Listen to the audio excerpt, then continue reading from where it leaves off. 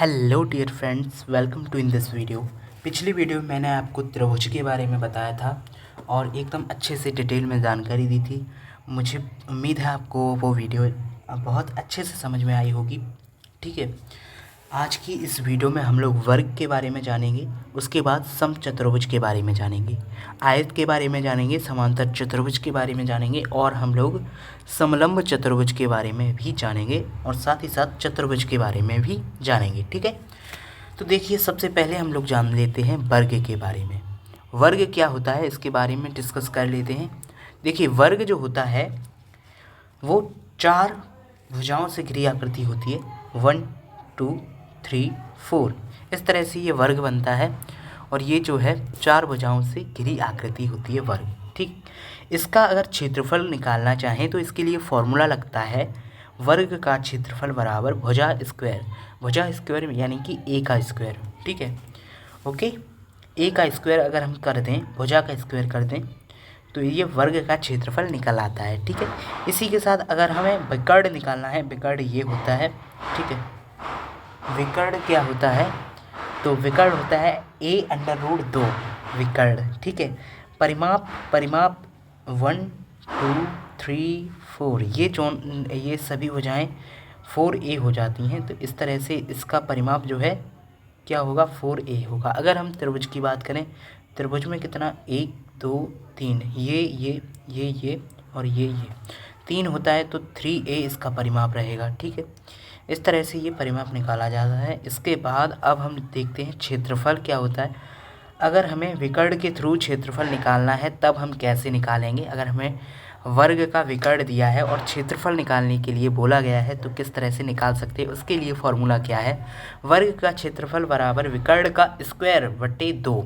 अगर हम विकर्ण का स्क्वायर कर दें और उसके बटे में 2 लगा दें तो इस तरह से हम लोग वर्ग का क्षेत्रफल निकाल सकते हैं बिना भुजा के। ठीक है, एक भुजा हमें प्राप्त एक अगर कोई वर्ग है तो उसकी सभी भुजाएं जो हैं समान होती हैं। ठीक है, और विकर्ण जो होगा यहाँ पे उसका अगर हम स्क्वायर कर दें और 2 से भाग कर दें तब भी हमें क्षेत्रफल प्राप्त हो जाएगा। ओके, अगला प्रश्न अगला टॉपिक क्या है, समचतुर्भुज। समचतुर्भुज क्या होता है इसके बारे में जान लेते हैं। समचतुर्भुज क्या है, तो देखियो समचतुर्भुज क्या होता है, इसका क्षेत्रफल किस तरह से निकालते हैं, दोनों विकर्णों का गुणांक बटे 2। ठीक है, इस तरह से क्षेत्रफल निकाल सकते हैं या फिर हम लोग क्षेत्रफल निकालने के लिए आधार गुणे ऊंचाई कर सकते हैं। दोनों विकर्ण जो होंगे D1 और D2 का मल्टीप्लाई करेंगे, दोनों का गुणा बट्टे में हम 2 लगा देंगे। यही फॉर्मूला मैंने यहाँ पे फिर से लिख दिया है। ठीक है, इसका परिमाप अगर हम समचतुर्भुज ड्रॉ करेंगे यहाँ पे तो 4 भुजाएं होंगी।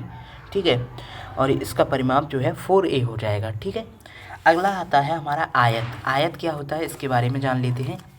आयत देखिए, आयत का क्षेत्रफल क्या होता है, लंबाई गुणे चौड़ाई। हम लोग एकदम समचतुर्भुज जैसा ही यहाँ पे करेंगे। ठीक है, थोड़ा सा बदलाव होगा लेकिन। ठीक है, यहाँ पे आपने देखा समचतुर्भुज का जो क्षेत्रफल था वो आधार गुणे ऊंचाई करके निकाल रहे थे, वही है, बस लंबाई गुणे चौड़ाई हो गया है। आधार और ऊंचाई नहीं है लेकिन लंबाई और चौड़ाई है। ठीक है, आयत कुछ इस तरह से बनता है, आप सभी जानते हैं। ठीक है, और इसका परिमाप जो है 2 ब्रैकेट में लंबाई प्लस चौड़ाई। ठीक है, ये रहेगा इसका परिमाप। क्षेत्रफल निकालना है तो लंबाई ये रहेगी लंबाई और ये रहेगी चौड़ाई, L इंटू बी ये रहेगा क्षेत्रफल और परिमाप रहेगा 2 ब्रैकेट में L प्लस बी। ठीक है, L प्लस बी, लंबाई को L और चौड़ाई को B। ठीक है, इस तरह से हम कर सकते हैं। ठीक, अगला परिमाप के बाद आता है विकर्ण। विकर्ण अगर हम आयत का निकालना चाहें तो किस तरह से निकाल सकते हैं, तो लंबाई का स्क्वायर प्लस चौड़ाई का स्क्वायर अंडर रूट में रहेगा लेकिन ये चीज़। ठीक है, अंडर रूट लंबाई स्क्वायर प्लस चौड़ाई स्क्वायर, ये फॉर्मूले का यूज़ करके हम आयत का विकर्ण निकाल सकते हैं। इसके बाद आते हैं हम लोग यहाँ पे समांतर चतुर्भुज के बारे में जानते हैं। समांतर चतुर्भुज क्या होता है, इसका क्षेत्रफल क्या होता है समांतर चतुर्भुज का, तो समांतर चतुर्भुज का क्षेत्रफल आधार गुणे ऊंचाई, यानी कि जैसा कि हमने ऊपर वाले में पढ़ा था समचतुर्भुज, वही फॉर्मूला यहाँ पे लगेगा समांतर चतुर्भुज में। ठीक है, इसका क्षेत्रफल इसी तरह से निकाला जाएगा, आधार इंटू ऊंचाई। ठीक है, इसके बाद आता है समलंब चतुर्भुज। समलंब चतुर्भुज क्या होता है, इसका क्षेत्रफल किस तरह से निकाल सकते हैं हम लोग। तो समलंब चतुर्भुज जो होता है 1/2 गुणे समांतर भुजाओं का योग गुणे ऊंचाई, ये जो फॉर्मूला है आपको याद रखना है। इसके थ्रू आप लोग समलंब चतुर्भुज जो है उसका क्षेत्रफल निकाल सकते हैं, 1/2 गुणे समांतर भुजाओं का योग गुणे ऊंचाई। ठीक है, इसके बाद आता है अगला क्या है, चतुर्भुज। चतुर्भुज का अगर आपको क्या निकालना है, क्षेत्रफल निकालना है, तो किस तरह से निकाल सकते हैं, 1/2 गुणे विकर्ण पर डाले गए लंबों का योग। देखो 1/2 विकर्ण और विकर्ण पर डाले गए जो लंब हैं उनका योग कर देना है।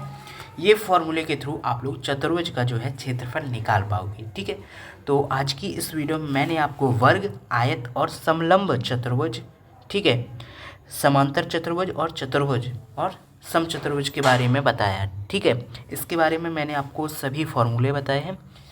ठीक है, फिर भी कोई फार्मूला रह गया है तो आप लोग कमेंट करके ज़रूर बताइएगा, जिसको मैं अगली वीडियो में कंप्लीट कर दूंगा। ठीक है, पिछली वीडियो में मैंने आपको त्रिभुज के बारे में बताया था, उसको नहीं देखा है तो ज़रूर देखिएगा। और अगली वीडियो आपके लिए व्रत के बारे में मैं लाने वाला हूँ, तो व्रत के लिए आप लोग अगली वीडियो का इंतज़ार ज़रूर कीजिएगा। ठीक है, जल्द ही आपको वीडियो मिल जाएगी। ठीक है, thank you so much, goodbye, take care, see you soon, thank you.